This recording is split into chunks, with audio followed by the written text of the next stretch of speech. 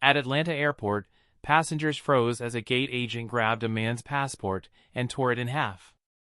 No warning. No explanation. Just pure arrogance in front of a stunned crowd. People whispered, cameras rolled, and the man stood silent, not angry, not panicked, just calm. Too calm. What no one knew was that this traveler wasn't just here to fly. He was here on a mission. And the woman who ripped up his passport had just made the biggest mistake of her career, because the man she tried to humiliate was actually the FAA inspector in disguise.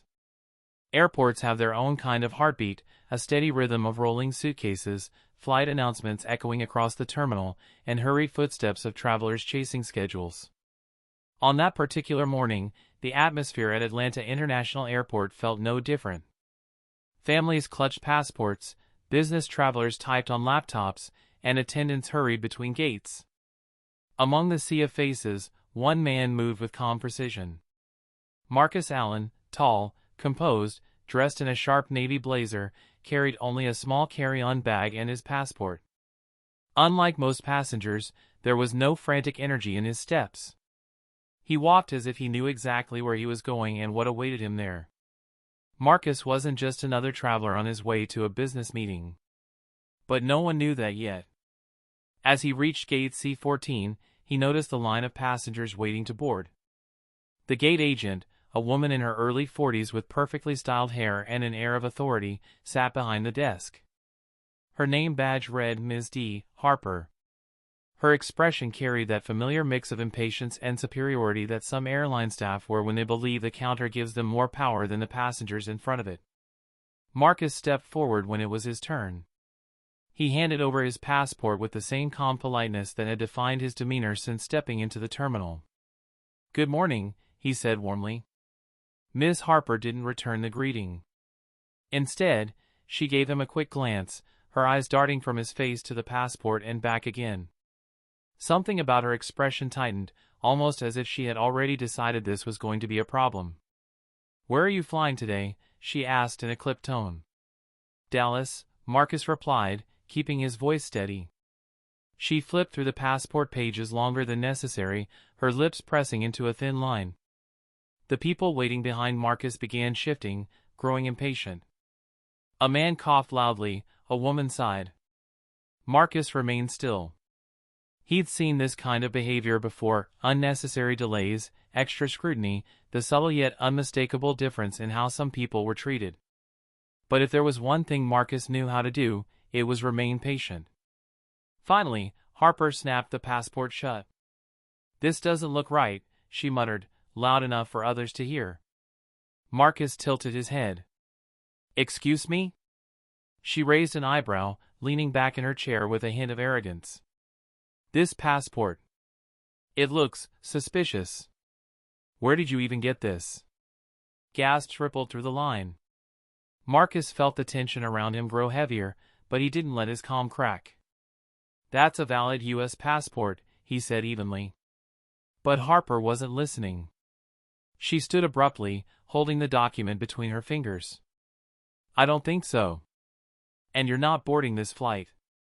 Before Marcus could reply, she did the unthinkable. With one sharp motion, she ripped the passport straight down the middle. The sound was louder than it should have been, paper tearing in a place where documents meant everything. The line froze.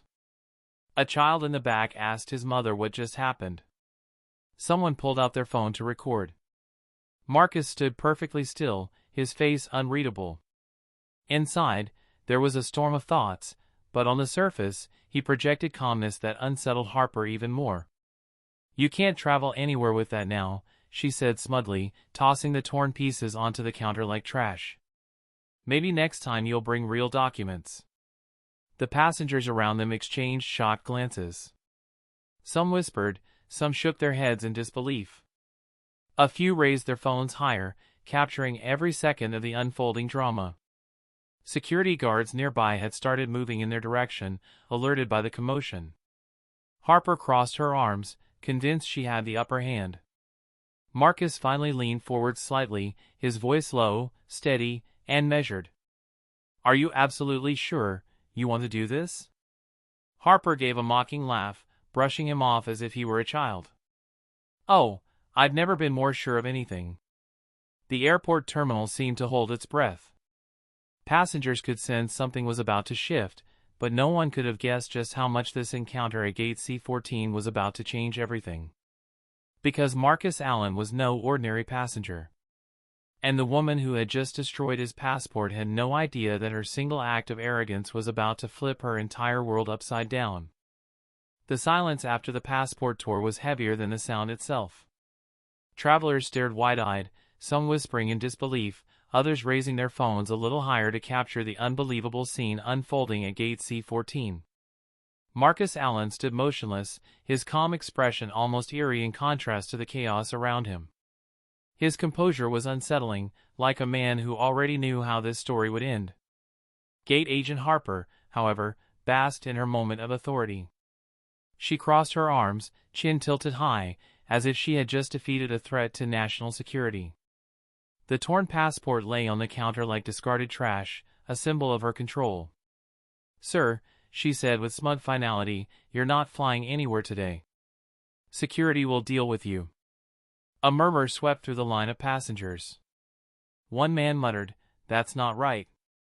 Another woman whispered, "You can't just rip someone's passport." But Harper wasn't listening to anyone. Her voice grew louder, projecting over the terminal as if she wanted the entire airport to witness her authority. "This is what happens when you try to cheat the system," she declared, her tone dripping with arrogance. Marcus finally spoke, his voice calm but firm. "That passport was valid." Harper smirked, waving dismissively. "Not anymore, it isn't." The security officers arrived, two uniformed men approaching cautiously. They glanced at Harper, then at Marcus, then at the torn passport. Confusion flickered across their faces. "What seems to be the issue here?" one asked. "This passenger attempted to board with a fraudulent passport," Harper said sharply before Marcus could answer. "I've already destroyed it. He's not going anywhere." The officers exchanged uncertain looks. One bent down to examine the torn document, while the other studied Marcus, who remained remarkably composed. "Sir, do you have any other form of identification?" the officer asked politely. Marcus didn't reach for anything. Instead, he locked eyes with Harper. "Are you sure you want to keep going with this?" he repeated softly. The calm in his voice sent a ripple through the crowd. People leaned in, sensing something bigger was unfolding. Harper, however, mistook his words for weakness. "Oh, I'm very sure," she snapped, her voice dripping with condescension. "You think you can bluff your way past me? Not happening. I don't care who you are, you're not above the rules." Marcus didn't flinch. His calmness was unnerving. "No one is above the rules," he said. "Not even you." Her eyes narrowed. "Excuse me?" Before Marcus could continue, another passenger, a middle-aged man in a business suit, spoke up from the line. "Ma'am, I've traveled internationally for years. That looked like a perfectly valid passport to me. You can't just tear it up." Harper whipped her head around, her eyes flashing. "Sir, I suggest you stay out of this unless you want to miss your flight too." Gasps spread through the line. The arrogance in her tone was undeniable now, and more phones lifted into the air, red recording lights blinking. Marcus stayed calm, his voice steady, almost too controlled. "You just destroyed federal property," he said, his tone low but carrying enough weight that the nearby officers stiffened. "That was not your decision to make." For a moment, the air shifted. A flicker of unease passed across Harper's face, but she quickly masked it with defiance. "I've been doing this job for 15 years, she scoffed. "I know a fake when I see one. And no calm little speech is going to intimidate me." Marcus's lips curved into the faintest hint of a smile, not amusement, but inevitability. It was the smile of a man who knew the ending of the story while everyone else was still stuck in the middle. He straightened his posture, towering slightly over the counter, his calmness radiating authority. The security officers exchanged glances again, clearly uneasy. Something about Marcus didn't add up, his poise, his confidence, his unwavering control of the moment. Harper, blinded by her own power trip, leaned forward and hissed under her breath. "You're done." But she couldn't have been more wrong. Because in just a few minutes, the entire gate, and the airline itself, would discover exactly who was really done. And it wasn't Marcus Allen. The torn passport still lay on the counter like a crime scene. The two halves of the booklet, once a symbol of freedom and identity, were now nothing more than ripped paper under the fluorescent lights of Gate C-14. Passengers shifted uncomfortably in line. Some whispered, some shook their heads, and many kept their phones trained on the confrontation. In today's world, nothing this outrageous happened without ending up online within minutes. Marcus Allen hadn't moved. His stillness was almost unsettling, like a calm eye in the middle of a storm. His silence made Harper, the gate agent, even bolder. "Security," Harper said, gesturing to the guards, "remove him. He won't be traveling today." The first guard stepped closer, his tone hesitant. "Sir, do you have any other identification?" Marcus's eyes didn't leave Harper's. "I already told her. That passport was valid." The guard glanced at the torn document on the counter, then back at Marcus. "Even so, it's been destroyed, and without it." "Without it, I don't board," Marcus finished the sentence for him. "That's what she thinks." The murmurs among passengers grew louder. A woman near the back muttered, "This isn't right. She can't do that." Another man whispered, "I hope he sues the airline." But Harper, drunk on her moment of control, smirked triumphantly. "See? No passport, no flight. End of story." Marcus tilted his head slightly, his voice calm but carrying a sharp edge. "For you, maybe." Her eyebrows shot up. "Excuse me?" Marcus leaned forward just enough for his words to cut through the noise around them. "You didn't just stop me from flying. You destroyed government property. And you humiliated a passenger without cause. That's a violation that doesn't go away with an apology." The security guards froze. The passengers fell into an uneasy silence. Harper, however, scoffed. "Oh, don't lecture me," she snapped. "I know how to spot trouble. I've been doing this job for years. You're just another angry traveler who thinks the rules don't apply to him." Marcus's calm expression didn't change. But his silence now felt heavier, deliberate, as if he was giving her one last chance to realize what she'd done. Then Harper made her biggest mistake yet. She reached for the radio on her desk and said into it, loud enough for everyone to hear. "Code check at gate C-14. Passenger with fraudulent documents attempting to board. Situation under control." The words echoed across the terminal speakers, freezing Marcus's reputation in front of dozens of witnesses. It was a scarlet letter broadcast for everyone nearby.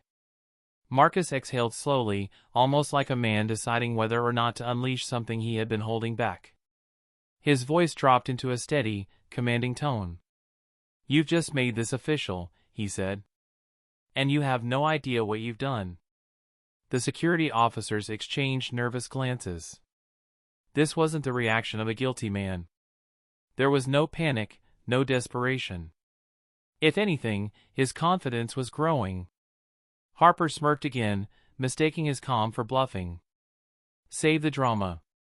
You're not getting on this flight, and after I file my report, you won't be flying anywhere anytime soon." The cameras in the crowd caught every word. Dozens of red lights blinked like silent witnesses, documenting the arrogance dripping from her voice. Marcus straightened his blazer, his posture commanding, almost military in its discipline. He looked at the passengers, then back at Harper, and said clearly enough for everyone to hear. "You just turned this gate into a courtroom. And I promise you, justice is about to arrive." The hush that followed was electric. The crowd leaned in, sensing a storm about to break. Harper laughed dismissively, waving her hand. "Justice? Please. What are you going to do?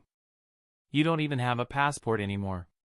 Marcus's calm smile returned, not smug, not mocking, but the kind of smile that carried certainty. "Oh, I have something better," he said softly. And with that, he reached into the inside pocket of his blazer. The motion alone made the guards tense, their hands instinctively brushing their belts. But instead of resistance or chaos, Marcus slowly pulled out a black leather wallet, sleek, official, and unmistakably authoritative. The passengers craned their necks. Harper frowned, irritation flickering into unease for the first time. Marcus placed the wallet gently on the counter beside the torn passport pieces. His hand rested on it as he looked Harper dead in the eye. "You should have checked twice," he said. The entire terminal seemed to hold its breath, seconds away from a revelation no one, especially Harper, was prepared for. The black leather wallet sat on the counter like a ticking time bomb. Every eye in the terminal was fixed on it. Phones hovered higher, recording from every angle. The tension was so thick, you could feel it in the air, that sharp silence before lightning cracks open the sky. Harper shifted uneasily, her confidence faltering for the first time. She hadn't expected this man to remain calm through everything, the accusations, the humiliation, the destruction of his passport. Most passengers would have exploded in anger by now, or begged to be let on the plane. But not Marcus. His silence had weight, his composure felt, practiced. "What's that supposed to be?" Harper asked, her voice sharper than before, a defensive edge creeping in. Marcus didn't move right away. He let the moment breathe, the silence pulling everyone closer. Then, with deliberate calm, he flipped open the wallet. A flash of polished metal glinted under the terminal lights, a badge. Gasps rippled through the line. Passengers leaned in, phones zooming closer. "This is ridiculous," Harper scoffed, though her voice cracked ever so slightly. "Anyone can buy a badge online." Marcus's gaze sharpened, his calm turning into authority. "Not this one." He slid the wallet across the counter, letting Harper see the embossed lettering, Federal Aviation Administration, Inspector General's Office.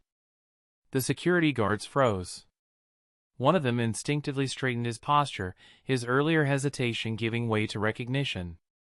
The other glanced at Harper, then back at Marcus, his eyes widening in realization.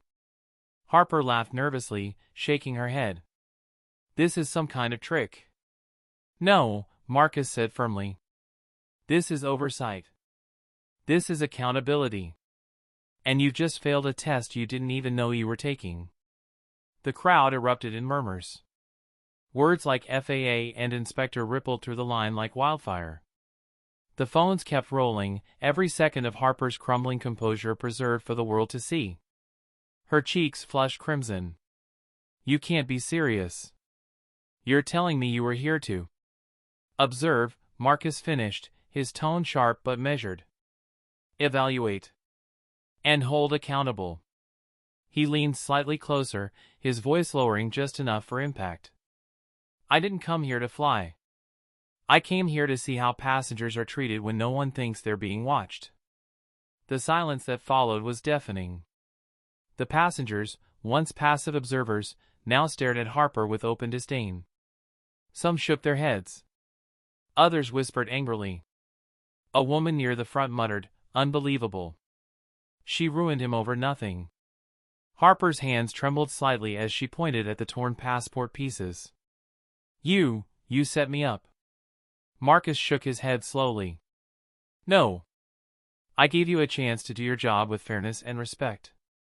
You chose arrogance and abuse instead." The guards shifted uncomfortably, unsure whether to intervene or step back. Marcus turned his gaze toward them. "I suggest you notify your supervisor. This has officially become an FAA matter." The taller guard nodded quickly, pulling out his radio. "Copy that. We need station management at gate C-14 immediately." Harper's face drained of color. The authority she once wielded had evaporated in an instant, replaced by fear. Fear of consequences, fear of exposure, fear of losing everything she thought was secure. You can't do this," she stammered. Marcus's eyes locked on hers, calm but unyielding. "I didn't do this." "You did." The passengers erupted into quiet applause. It wasn't loud or celebratory, but a ripple of approval, a collective acknowledgement that justice, finally, was turning its head in the right direction. Harper looked around, realizing the cameras were everywhere, capturing every angle of her downfall. There would be no covering this up, no rewriting the story later. Her arrogance had been broadcast in real time, and her humiliation was now permanent. Marcus picked up the torn passport pieces and placed them gently inside a clear plastic sleeve from his blazer pocket. His movements were precise, procedural, like a man gathering evidence. Then he pulled out a notepad, jotting details as the guards stood frozen by his authority. Gate C-14, he said aloud as he wrote. Agent Harper. Destruction of valid U.S. passport. False accusation of fraud. Abuse of authority. Every word cut deeper into Harper's career. She opened her mouth as if to protest, but no sound came. The confidence that had carried her just moments ago was gone, replaced by the crushing weight of consequences. Marcus closed the notepad, tucking it back into his blazer. He looked at her one final time and said, "Your shift just ended." The words hit like a gavel striking wood. The crowd erupted again, this time louder, voices buzzing with disbelief, satisfaction, and awe. And in that moment, Gate C-14 no longer belonged to Harper. It belonged to the man she tried to humiliate, the FAA inspector who had turned her power trip into her downfall. The atmosphere around Gate C-14 had shifted completely. What began as a routine boarding process had now become a spectacle, with dozens of passengers standing still, their flights temporarily forgotten, as if the drama unfolding before them was the only departure worth watching. Marcus Allen stood tall, the badge and credentials displayed openly on the counter. His calm composure radiated authority in a way that silenced even the most skeptical onlookers. Every word he spoke carried weight, and every movement seemed deliberate, precise. Across from him, Harper's mask of arrogance was crumbling by the second. The smug confidence she wielded minutes earlier had vanished, leaving her pale, rigid, and visibly shaken. She opened her mouth to speak, but no sound came.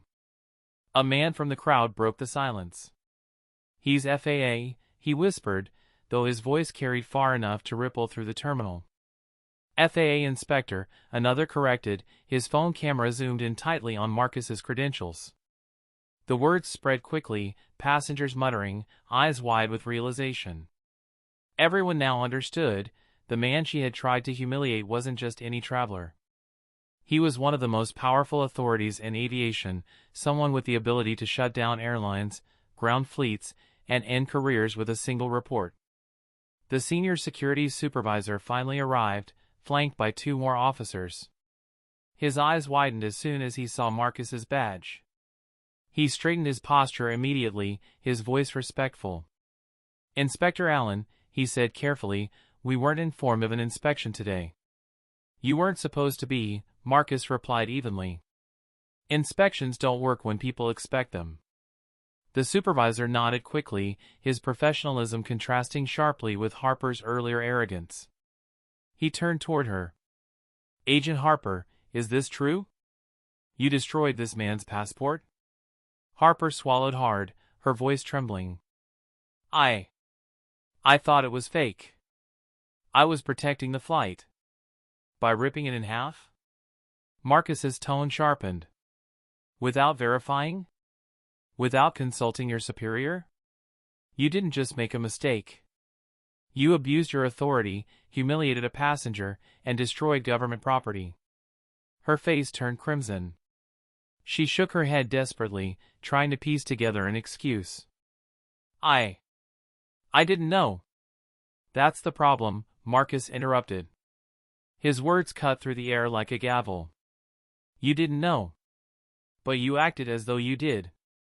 And that arrogance put you, and this airline, in violation." The passengers nodded, some even muttering exactly under their breath. The entire crowd had turned against Harper. The supervisor's jaw tightened. He gestured toward the two officers beside him. "Escort Agent Harper to the back office. Effective immediately, she's relieved of her duties pending FAA review." A collective gasp ran through the terminal. Harper's eyes widened in shock. No! You can't do this. I was just doing my job. Marcus's voice was steady, unyielding. Your job is to protect passengers, not degrade them. And certainly not to destroy their documents out of spite. The officers moved closer. Harper tried to resist, her hands trembling as she gestured toward the crowd. He set me up. This isn't fair. But her protests were drowned out by the murmur of passengers, their voices overlapping. She went too far. She had no right. Good riddance. Phones continued to record, capturing every second of her humiliation. As Harper was escorted away, Marcus turned back to the supervisor. This isn't just about one gate agent. I'll need access to your training protocols, disciplinary records, and compliance reports. Effective immediately. The supervisor nodded quickly. Of course, Inspector Allen. We'll cooperate fully. Marcus collected the torn passport pieces, carefully sealed in the plastic sleeve, and tucked them into his blazer. His calm demeanor hadn't shifted once, but the power in his presence was undeniable. One of the passengers, the businessman who had spoken up earlier, stepped forward. Sir, I just want to say, thank you. Most people would have yelled or caused a scene. You handled this better than anyone could. Marcus gave him a small nod. There's no need to raise your voice when the truth speaks loud enough. The line of passengers slowly began to relax, though their eyes stayed fixed on Marcus. They had just witnessed something extraordinary, not just the takedown of an arrogant employee, but the reveal of a man who carried authority far beyond what anyone had imagined. The gate, once a stage for Harper's power trip, was now a courtroom where justice had been served. Marcus checked his watch, then addressed the supervisor. Now, let's get these passengers boarded. They've waited long enough. The applause that followed wasn't loud or raucous. It was steady, respectful, the kind of clapping that acknowledged not just victory, but justice. And for Harper, escorted away in disgrace, it marked the end of her reign at Gate C-14. But for Marcus Allen, the FAA inspector in disguise, it was only the beginning of a much larger investigation. The applause slowly faded, but the energy inside Gate C-14 remained tense and electric. Passengers who had been silent observers now leaned in closer, whispering to each other, recording videos, and waiting to see what would happen next. Marcus Allen didn't let the attention shake him. His composure was steady, almost unnerving in its calmness. With Harper escorted away, the balance of authority at the gate shifted entirely onto his shoulders. He turned to the security supervisor. Before we proceed with boarding, I want a full log of everything that transpired today, security reports, agent logs, and the chain of command for this gate. The supervisor nodded instantly. Yes, sir. I'll have the documents sent to you within the hour. Marcus scanned the crowd. Many passengers were still unsettled, some clutching their passports nervously, afraid that another official might treat them the same way Harper had. Sensing this unease, Marcus raised his voice just enough to carry through the terminal. Ladies and gentlemen, what you witnessed today was not standard procedure. Your documents are safe, your travel is protected, and the conduct you saw from that agent is unacceptable. It will not be repeated. A ripple of relief spread across the group.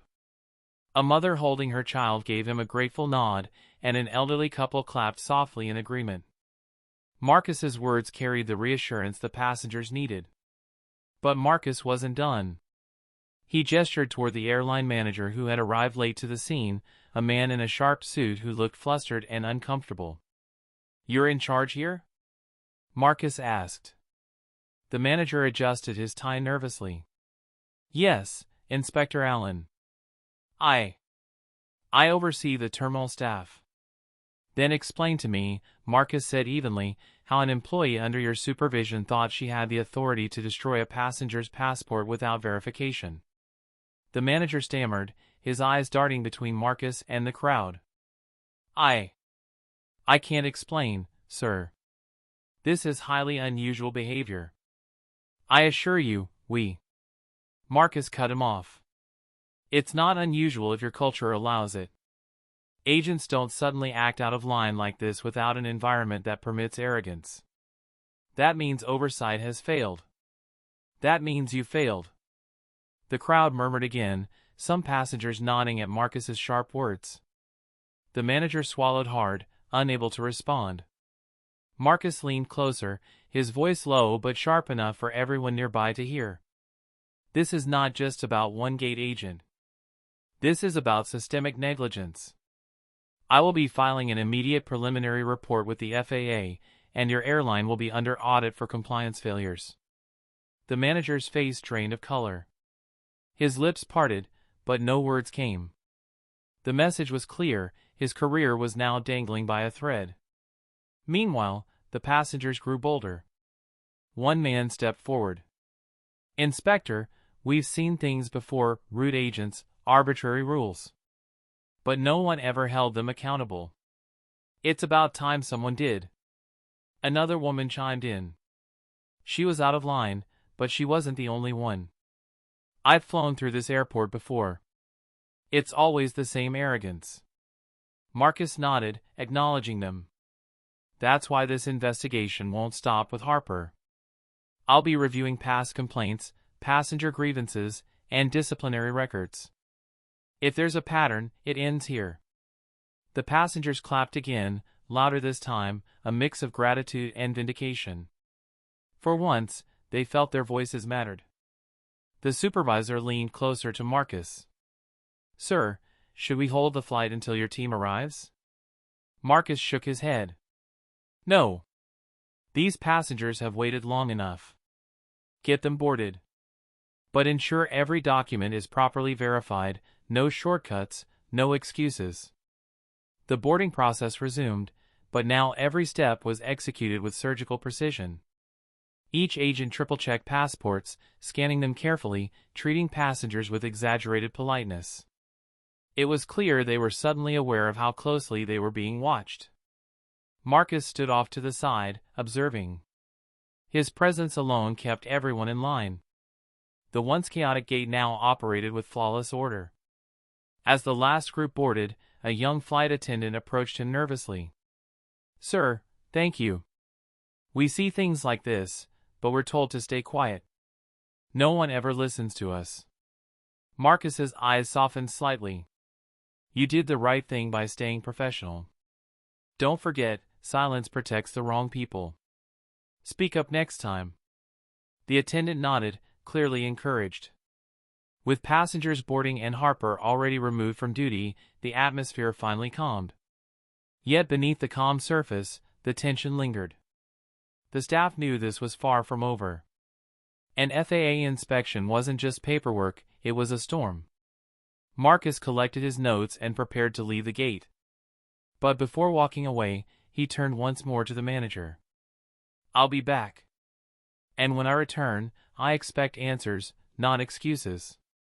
The manager's face twisted into a forced smile, but his eyes betrayed fear. As Marcus walked down the terminal, passengers watched him go, whispering as if they'd just seen a legend in action. To them, he wasn't just an inspector. He was justice in a suit. But Marcus knew this was only step one. Harper's arrogance was a symptom of a much deeper problem, one he was determined to uncover, no matter how high the investigation reached. News travels fast in airports.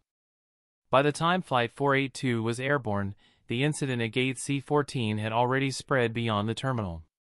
Clips of Harper tearing up Marcus's passport were circulating on social media with captions like Gate Agent's power trip backfires and FAA Inspector exposes corruption in real time. By morning, millions had seen it. At home, Harper sat hunched over her couch, the glow of her phone screen illuminating her pale face. Every news outlet was running the story. Her own name trended alongside hashtags calling for her firing. Neighbors texted her in disbelief, and old friends unfollowed her in silence. She replayed the video again and again, the moment she ripped the passport, the collective gasp, Marcus's calm reveal. Each time, the humiliation cut deeper. It wasn't just her career at stake anymore. It was her reputation, her future, Her identity. The airline had already suspended her without pay. A formal hearing loomed, but Harper knew the truth: no corporate lawyer, no union rep, and no apology would erase the footage now burned into the internet's memory. Meanwhile, at FAA headquarters, Marcus Allen reviewed his notes. His face betrayed no emotion, but his report was scathing. He documented not only Harper's misconduct, but also the systemic negligence he'd uncovered: weak oversight, poor training, and a culture of unchecked arrogance. His words were precise, unflinching, impossible to soften. This wasn't an isolated event, the report read. It was the predictable outcome of a system that tolerated misconduct until it erupted in public view. The airline executives received the preliminary findings within days. Panic spread through the boardroom. The FAA wasn't just investigating one gate, they were preparing to audit the entire operation. Flights could be delayed, routes suspended, and fines imposed that would bleed millions. For the passengers who had witnessed the spectacle firsthand, the fallout was strangely empowering. Many filed official complaints, attaching their cell phone videos as evidence. For once, one traveler wrote, someone in authority actually listened. The public responded in kind. Advocacy groups praised Marcus for standing firm against abuse of power. Journalists hailed him as a watchdog who held airlines accountable. Passengers who had long felt voiceless now had a champion, and his calm authority became the symbol of accountability in an industry notorious for arrogance. But Marcus himself didn't bask in the praise. He wasn't in this for headlines or applause. To him, it was simple: justice at the gate was justice everywhere. A broken system had to be fixed, and one disgraced agent was only the beginning. Weeks later, Harper appeared at her disciplinary hearing. The room was sterile, the air thick with judgment. The panel didn't need long to deliberate. Her employment was terminated effective immediately, her name added to a blacklist that would make working in the industry nearly impossible. Her last words to the committee were barely audible. "I just thought I had power."